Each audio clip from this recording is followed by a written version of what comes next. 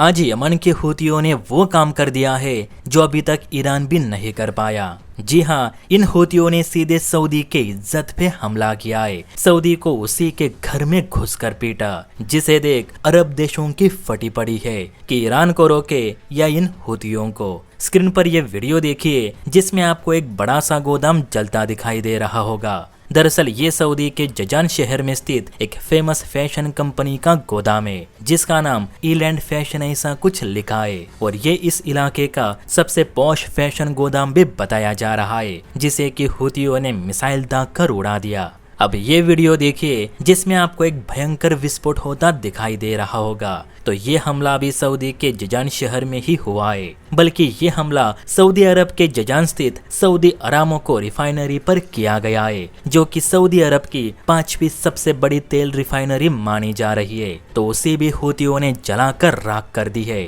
तो ऐसे दर्जनों हमले कल को हूतियों ने सऊदी पर किए, और गौर करने वाली बात यह है कि सऊदी का एक भी डिफेंस सिस्टम इन हमलों को रोक ना सका, बल्कि इन हमलों ने सऊदी का अरबों खरबों का नुकसान कर दिया है, जिसे देख सऊदी लगभग रोने के कगार पर है।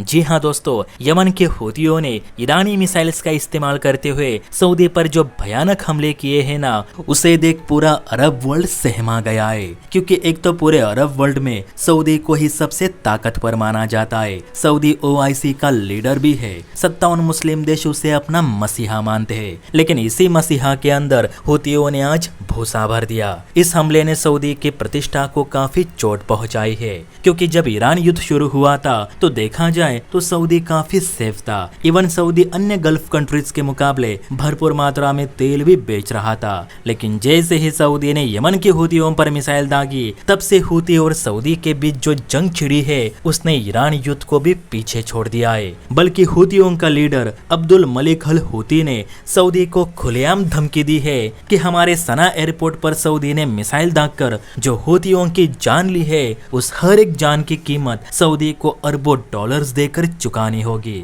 और सऊदी ये ना सोचे कि हम 2-4 हमले करके रुक जाएंगे, बल्कि अभी तो हमने शुरुआत की है। जब तक सऊदी के अमीरीपन का घमंड नहीं उतार देते, तब तक ऐसे हमले करते रहेंगे और सऊदी की इज्जत मिट्टी में मिलाते रहेंगे। अब सऊदी की इज्जत और प्रतिष्ठा इसलिए भी मिट्टी में मिल रही है क्योंकि हूतियों के हमलों के कारण सऊदी का ऑयल व्यापार बुरी तरह से प्रभावित हो ही चुका है, लेकिन इन हमलों से सऊदी का टूरिज्म भी प्रभावित हो रहा है, जो कि कच्चे तेल के बाद सऊदी का दूसरा सबसे बड़ा कमाई का जरिया है। लोग ये सोचकर सऊदी जाने से डर रहे, जब सऊदी अपने ऑयल रिफाइनरीज को ही ठीक से बचा नहीं पा रहा तो विदेशी लोगों को कैसे बचाएगा। इससे अच्छा तो यही है कि किसी दूसरे देश की यात्रा करे। जी हाँ, फिलहाल यही हो रहा है। सऊदी लगातार हूतियों को रोकने का प्रयास तो कर रहा है, लेकिन आप तो जानते हैं कि सऊदी की सेना के पास अरबों डॉलर्स के अमेरिकी हथियार जरूर है, लेकिन उन्हें इस्तेमाल करने की अकल नहीं। यही कारण है कि सब खिलौने होते हुए भी सऊदी अपने आलीशान मॉल,